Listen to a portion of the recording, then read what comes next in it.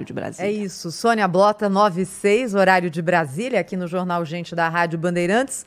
Cláudio Zaidan, todas as quintas-feiras conosco aqui ao vivo, hoje para falar sobre o encontro Lula-Macron, presidente do Brasil, presidente da França, em Paris no final do mês, com muitas questões em pauta, envolvendo relações internacionais, comércio internacional, questões ambientais. Zaidan, bom dia, seja bem-vindo mais uma vez aqui à bancada do Jornal Gente. Oi, Thaís. Bom dia, Sônia. Bom dia, Cláudio. Tudo bom, Zaidan? Bom dia. Bom dia. Aliás, a Sônia falava sobre o Papa Francisco e o Lula, ele queria aproveitar a viagem à França para depois ir até ao Vaticano. Seria no dia 21, porque 22 e 23 acontece o encontro cúpula, com né? o Macron, mas eu acho que isso não vai acontecer, viu, Zaidan? Pelo estado de saúde do Papa Francisco, eu não sei não. Claro. Ontem o pessoal do Vaticano disse que até 18 de junho o Papa não receberá ninguém, não tem nenhuma agenda. Não foi uma cirurgia simples, né? Sujeito de 86 anos, uma cirurgia de 3 horas, na região abdominal. Ele tem muito um sensível. pulmão. Claro, muito difícil. Mas, como o Lula vai depois do dia 18, fica ali uma possibilidade. Na verdade, seria uma visita de agradecimento, já que o Papa Francisco foi solidário ao Lula, né? Quando o Lula esteve preso, ele defendeu o Lula em alguma medida e seria uma visita de agradecimento. Essa conversa com o Macron, Thaís, que você mencionou, assim como aconteceu lá no G7, no Japão, o importante mesmo são os encontros bilaterais, né? Porque essa cúpula tem até um nome um tanto quanto pomposo, né? Novo Pacto Financeiro Global. A gente fala a cúpula que fica mais fácil, Zaidan. O que o Macron está defendendo, basicamente, é que haja uma reorganização dos bancos multilaterais. Ao mesmo tempo, ele quer uma discussão a respeito de questões ambientais, de combate à pobreza, mas o mais importante, é isso que fez o Macron convocar essa reunião, é o imposto internacional. Seria o estabelecimento de um imposto global em cima de alguns serviços e mercadorias. E sempre, claro, com a desculpa de que será um imposto de caráter ambiental, né? E é muito ruim esse tipo de ideia, porque um imposto global pressupõe um governo global. Então, quem estabeleceria tarifas, o que seria cobrado, que produtos seriam taxados, quem administraria esse dinheiro, que tipo de fundo, são problemas que o Macron não responde. E quanto ao que ele falará, e ontem já falou, ontem ele recebeu o Raoni, recebeu o cacique Raoni, e disse que o Raoni, a vida do Raoni é a defesa dos interesses indígenas, das questões ambientais, são interesses que o mundo inteiro deve levar em consideração, e não há dúvida que a vida do Raoni é isso. Mas o que o Macron está fazendo é demagogia barata. Ele não vai acrescentar nada ao debate a respeito das questões ambientais. A França antes precisa responder pelo que ela tem feito, não é que fez no passado colonial, tem feito na África, inclusive a mudança da moeda, que é bom lembrar que o franco desapareceu para os franceses, né? Eles usam o euro, a Sônia usa o euro. Mas na África, são 8 países, eram 14, com uma moeda que é o franco, é um franco para a África, né? E depois, em 2019, resolveram mudar, não, vamos ter uma moeda local, que é o eco, continua sob domínio francês. A França tem produzido desastres ambientais em vários países que foram colônias francesas.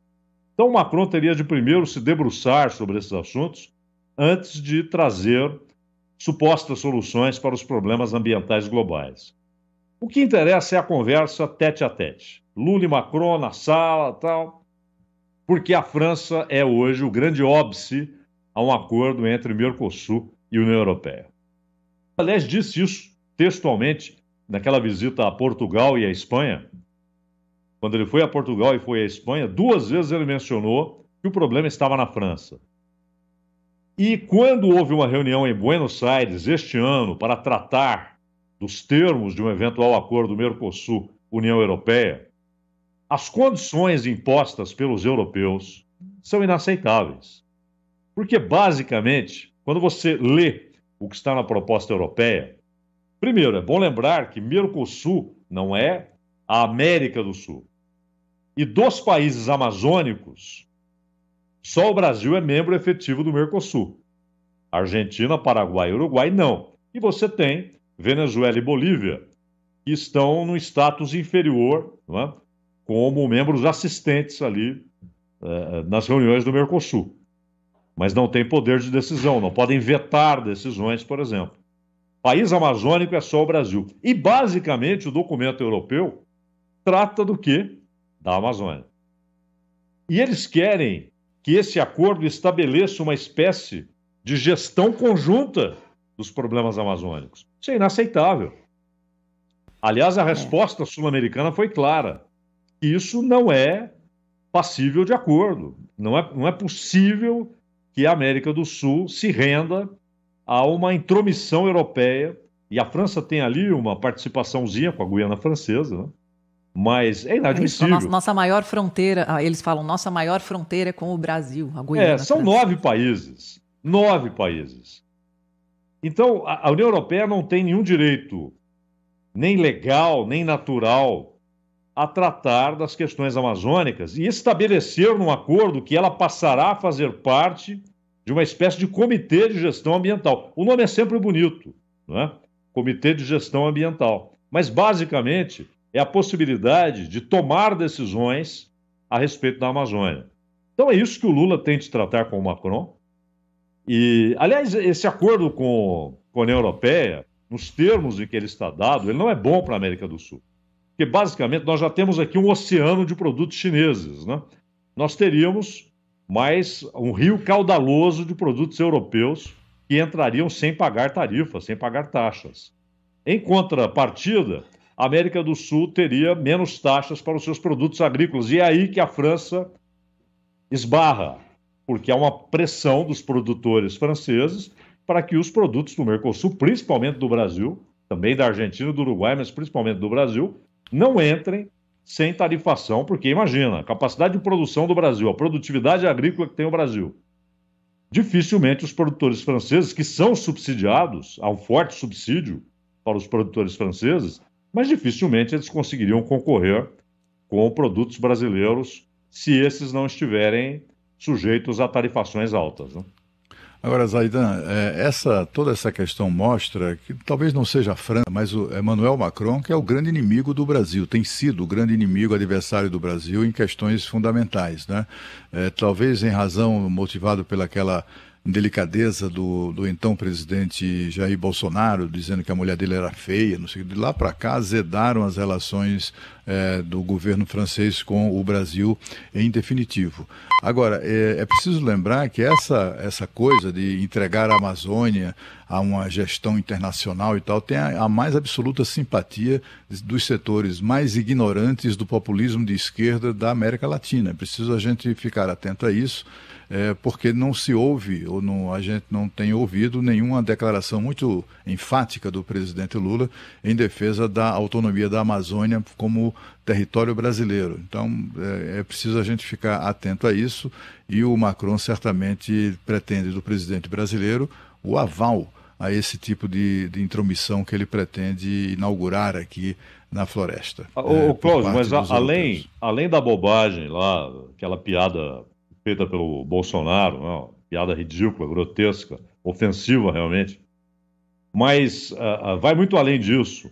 O Macron já defendeu publicamente o conceito de internacionalização da Amazônia. Você já ouviu alguém falar em internacionalização do Alasca? Ninguém fala. Ninguém vai chegar nos Estados Unidos, olha, vamos internacionalizar a gestão do Alasca, não é? Mas na Amazônia eles acham uma beleza. Não, aquilo lá, sabe, é nosso. Internacionalização da Amazônia é inaceitável, porque não seria apenas uma gestão. Quando você fala em internacionalização, você abre a possibilidade, inclusive, de presença militar. É claro. Então isso é inaceitável. E mais, o Macron foi o mesmo que divulgou uma foto de uma queimada, uma foto antiga, como sendo, então, naquele momento, uma foto daqueles dias, dizendo, olha, o fogo na Amazônia. Ele é um presidente da República, de um país importante. Não é? Ele não pode agir de maneira tão leviana, né? Divulgar uma foto antiga dizendo que era uma coisa daqueles dias.